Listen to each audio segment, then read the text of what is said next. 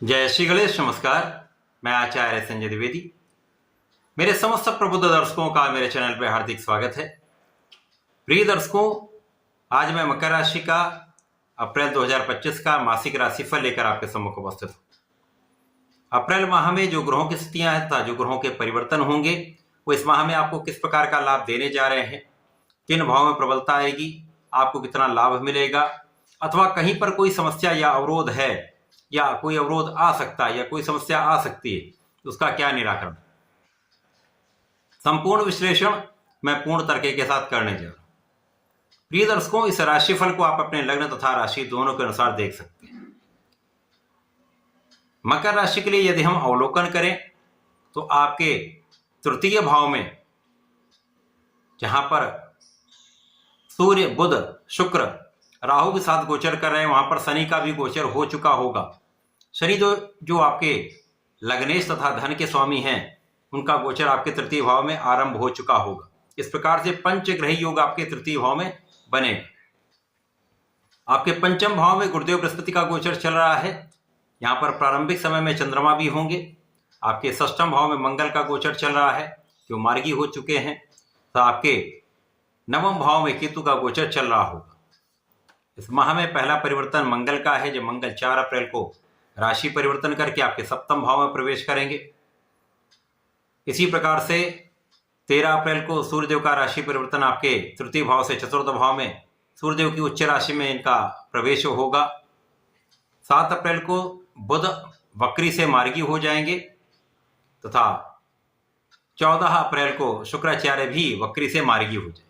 अप्रैल माह के प्रारंभ से ही आपके तृतीय भाव में पराक्रम के भाव में राहु, जहां पर राहु भी एक अच्छा फल देते हैं, 4 अन्य ग्रहों के साथ होंगे। यहाँ पर बुध जो आपके लिए षष्ठम तथा भाग्य के स्वामी होकर गोचर कर रहे हैं, शुक्राचार्य आपके पंचम तथा आपके दसम भाव के स्वामी होकर गोचर कर रहे हैं, लग्न के स्वामी शनिदेव तथा धन के स्वामी भी शनिदेव होकर गोचर कर रहे हैं, तथा सूर्यदेव आपके अष्टम के स्वामी होकर गोचर कर रहे हैं। यहाँ पर चूंकि राहु अच्छा फल देते हैं, परंतु शुक्र और बुध राहु के साथ अत्यधिक निकट होने के कारण दूषित अवस्था होंगे। शनिदेव 0 डिग्री पर होंगे तो कोई बहुत बड़ा यहाँ पर प्रभाव प्राप्त नहीं होगा, ना ही कोई अच्छा प्रभाव मिलने वाला है, ना ही कोई नकारात्मक प्रभाव प्राप्त हो। परंतु यहाँ पर सूर्यदेव अत्यधिक बलवान स्थिति में आ चुके होंगे। 15 डिग्री पर होने के कारण ये महाबलवान होंगे तथा उच्चाभिलाषी हो चुके होंगे, जिसके कारण सूर्य का बल विशिष्ट हो जाएगा। तथा जब सूर्यदेव बलवान होते हैं तो निश्चित रूप से राजा का एक विशेष ही प्रभाव समस्त राशि के जातकों को प्राप्त होता है। प्रिय दर्शकों, जब किसी कुंडली में सूर्य और गुरु बलवान स्थिति में अच्छे भाव में होते हैं तो कुंडली के बहुत सारे दोषों को समाप्त कर देते हैं। मकर राशि के लिए भी गुरुदेव पंचम भाव में, जो इनके कार्यकत्व का भाव है, वहां पर गोचर कर रहे हैं तथा सूर्यदेव अत्यधिक बलवान स्थिति में होंगे, जिसके कारण बहुत सारी नकारात्मकता यहां पर समाप्त हो। जब सूर्यदेव यहां पर पहुंचे थे तब से लेकर 1 अप्रैल की जो स्थिति, वहां पर बहुत बड़ा परिवर्तन हो चुका होगा, जिसके कारण आपके स्वास्थ्य की समस्याएं यहां पर कम हो जाएंगी। एलर्जी आपकी दूर होगी। जब स्वास्थ्य समस्याएं आपकी कम हो जाती हैं, जब आपका बुद्धि का बल अच्छा होने लगता है, आपका धैर्य बढ़ जाता है, आपका विवेक अच्छा होता है, तथा कहीं पर यहाँ पर सूर्य का बल बढ़ जाना आपके लिए आत्मबल को बढ़ाने वाला होता है, तो आप अपने कार्य क्षेत्र में संपूर्ण प्रयास करते हैं, संपूर्ण रूप से लगे रहते हैं, परिश्रम करते हैं। तो आप यहाँ पर अपना संपूर्ण परिश्रम करने वाले हैं, जिसके कारण यहाँ पर गतिरोध होते हुए भी आप अपने कार्य क्षेत्र में निरंतरता की प्राप्ति कर पाएंगे। तो पिछले कुछ समय से जो चली आ रही समस्याएं थी, उनका निराकरण होगा। जो व्यापार में, आपके कार्य क्षेत्र में, आपके प्रोफेशन में जो गतिरोध आ रहे थे, वो दूर होंगे। धीमे धीमे गति से ये आगे बढ़ेगा, क्योंकि यहाँ पर बुध यहाँ पर जड़ दोष में होंगे, शुक्राचार्य जो कर्म के स्वामी वो भी दूषित होंगे। परंतु इस माह से ही आपके कार्य क्षेत्र में विशेष प्रगति भी होगी, क्योंकि जैसे जैसे सूर्य का बल बढ़ेगा, सूर्यदेव उच्च राशि की ओर जाएंगे, तो ये बुध और शुक्र की निर्बलता को भी दूर करेंगे, जिससे आपकी समस्याएं दूर हो जाएंगी, आपके कष्ट दूर हो जाएंगे। यद्यपि यहां पर शनिदेव बहुत बलवान नहीं है, परंतु ये लग्न के स्वामी होकर गोचर करें तो कहीं ना कहीं मन का भ्रम या तनाव की स्थिति अवश्य रह सकती है। राहु के साथ इनका योग बनेगा जिससे अनप्रेडिक्टेबल योग करते हैं। कभी कभी ये बहुत अच्छा लाभ देगा, कभी कभी ये कुछ समस्याएं भी देने वाला है। अब जैसे ये गोचर आगे बढ़ेगा तो सूर्यदेव उच्च राशि में जाएंगे,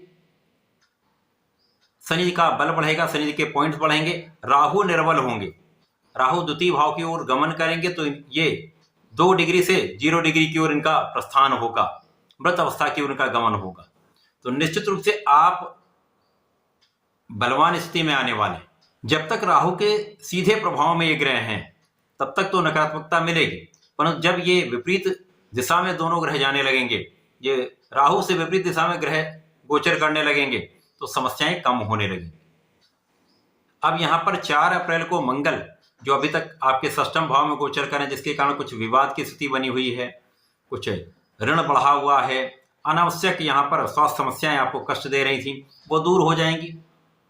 और यहाँ पर आपका क्रोध कम हो जाएगा क्योंकि सप्तम भाव में मंगल का प्रवाह आपके ऊर्जा के स्तर को बढ़ाने वाला है, आपकी क्षमता में वृद्धि करने वाला है, आपको प्रभावशाली बनाने वाला है। अब चूंकि लग्न जो है वो मंगल की उच्च राशि है तो निश्चित रूप से सकारात्मक ऊर्जा का प्रवाह यहाँ पर होने वाला है। कार्य क्षेत्र में प्रगति के अवसर आपको प्राप्त होने लगेंगे, धन की वृद्धि निश्चित रूप से होगी। अब सूर्य देव भी जब उच्च राशि में जाएंगे तो सूर्य, मंगल और गुरु तीनों अत्यधिक बलवान स्थिति में होंगे, जिससे आपके ज्ञान की स्थिति अच्छी रहेगी, शिक्षा में आपको सफलता मिलेगी, संतान पक्ष बलवान रहेगा, संतान से आपको सुख प्राप्त होगा। ये स्थिति आपके लिए अत्यंत अनुकूल हो रही। जैसे जैसे ये माह आगे बढ़ेगा आपके लिए स्थितियां अत्यंत सकारात्मक होती जाएंगी। जब बुध और शुक्र दोनों मार्गी हो जाएंगे, अर्थात ये चतुर्थ भाव की ओर इनका गमन आरंभ हो जाएगा, तो राहु से इनकी दूरी बढ़ने लगेगी। राहु यहां से यहां जा रहे हैं, बुध शुक्र यहां से यहां आ रहे हैं, जिसके कारण दोनों के बीच में अंशों का अंतर बढ़ने लगेगा, जिससे आपके कार्य क्षेत्र की प्रबलता आपको प्राप्त होने लगेगी, बुद्धि का प्रभाव अत्यंत श्रेष्ठ होने लगेगा।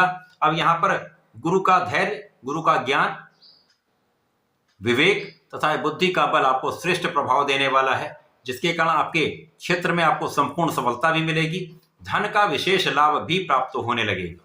जैसे जैसे ये माह आगे बढ़ेगा तो भाग्य की प्रबलता आपको प्राप्त हो जाएगी, परिश्रम का पूर्ण लाभ मिलेगा, धन का मार्ग प्रशस्त होने लगेगा। जब आप कार्य क्षेत्र में संपूर्ण रूप से उन्नति करने लगते हैं, सफलता प्राप्ति करते हैं, तो धन का अवसर आपको प्राप्त होता है।